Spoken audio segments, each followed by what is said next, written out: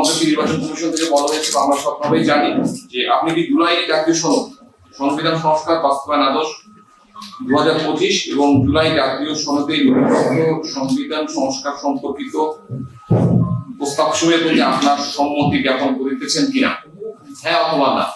যদি আপনি সম্মতি জ্ঞাপন করেন তাহলে সেক্ষেত্রে আপনি হ্যাঁ সিল মারবেন, আর যদি কেউ সম্মতি জ্ঞাপন না করে তিনি না সিল মারবেন। বিষয়টা হচ্ছে এই, সংক্ষেপে আমি বলতে চাই যে সেই জুলাই সনদটা কি বা সংস্কার বিষয়টা কি।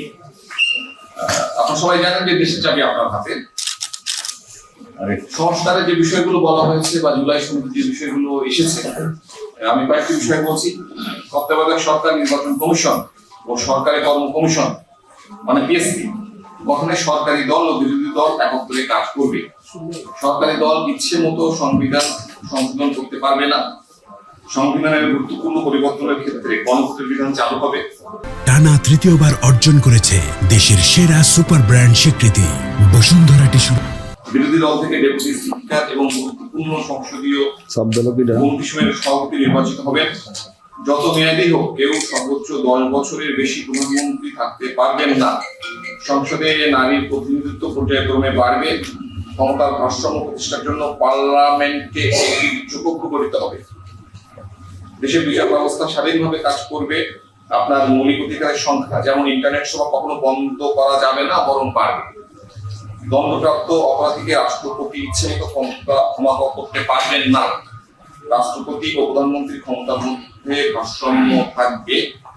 এটাও আমাদের, অর্থাৎ দুটি ব্যালট থাকবে, একটি জাতীয় সংসদ নির্বাচন এবং পাশাপাশি হচ্ছে গণভোট সম্পর্কিত। গণভোটের বিষয়গুলোর সাথে যে বিষয়গুলো উত্থাপন করলাম সেগুলোর সাথে একমত পোষণ করলে হ্যাঁ সিল যাবে, আর সম্মতি পোষণ না করলে না সিল যাবে। মূল বিষয়টা হচ্ছে এইটি।